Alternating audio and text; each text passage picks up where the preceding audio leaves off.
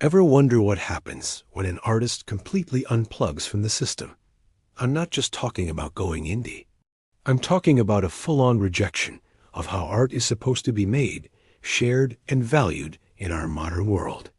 Today, we're diving deep into the Zeroantartica project by Hillbilly Goddard, a fascinating case of what you might call extreme artistic sovereignty. This isn't just about breaking rules. It's about playing an entirely different game. Most creators operate within a system, whether it's the rigid academic world or the corporate structures of social media platforms. They follow the rules of engagement, chase the algorithms, and seek validation through likes, shares, and subscribers. But Zeroantartica represents a complete departure from that. It's what happens when a creator becomes a one-man army, not by fighting the system, but by simply stepping outside of it. The most radical move was taking over 500 videos and the entire lore of his world off mainstream platforms and moving them to his own, Zeroantartica.com. From a conventional standpoint, this looks like self-sabotage. You're intentionally marginalizing yourself, cutting yourself off from the audience you've built. But from his perspective, it's about achieving total control, total sovereignty.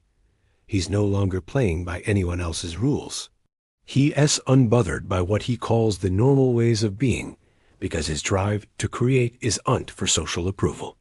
It's born from a necessity to share his own undiluted vision. This brings us to the zero philosophy at the heart of this project. He seems to thrive in a state of ambiguity and creative chaos, a space that would terrify most corporate-minded creators who rely on data, focus groups, and predictable outcomes. He describes it as staying in the cloud, a state of pure discovery where individuality isn't just an asset, it's a source of pure wonderment. In this world, being unique isn't a marketing tactic. It's the entire point. He's building his own universe, brick by brick, according to his own logic.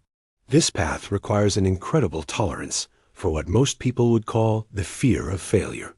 But when your path is entirely internal, what does failure even mean? It doesn't exist in the same way. This freedom allows him to confront accepted norms and flip them over with an aggression that's both startling and inspiring. To some, he's a visionary, a waypaver, showing what's possible. To others, he might just look like a rebel without a cause. But the intensity is undeniable. He's not just tweaking the old system. He's trying to bust down old paradigms completely. You could also see this extreme independence as a protective measure. By embracing a reclusive nature and rejecting the pull of mainstream popularity, he's building a shield against what he terms mental corruption. The constant pressure to perform, to conform, and to monetize can extinguish the very creative spark that got you started. His isolation isn't about being antisocial. It is about protecting the fire of his artistic mind from the distractions and compromises of the outside world. Ultimately, the Zeroantartica project is more than just one artist's journey. It's a statement. It's a battle over the soul of art itself. In an era where corporate media acts as a gatekeeper, constantly trying to manage and package creativity for mass consumption, this project dares to ask, what if the individual is completely unstoppable? It's a powerful and provocative question, challenging us all to reconsider what it truly means to be a creator in the 21st century.